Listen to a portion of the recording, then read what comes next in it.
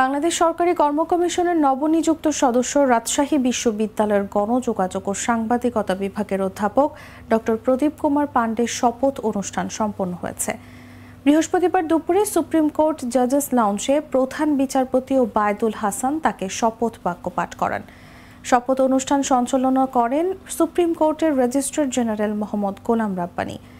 এর আগে বাংলাদেশ সরকারি কর্ম কমিশনের সদস্য হিসেবে নিয়োগ পেয়েছেন রাজশাহী বিশ্ববিদ্যালয়ের গণযোগাযোগ ও সাংবাদিকতা বিভাগের অধ্যাপক ডক্টর প্রদীপ কুমার পাণ্ডে।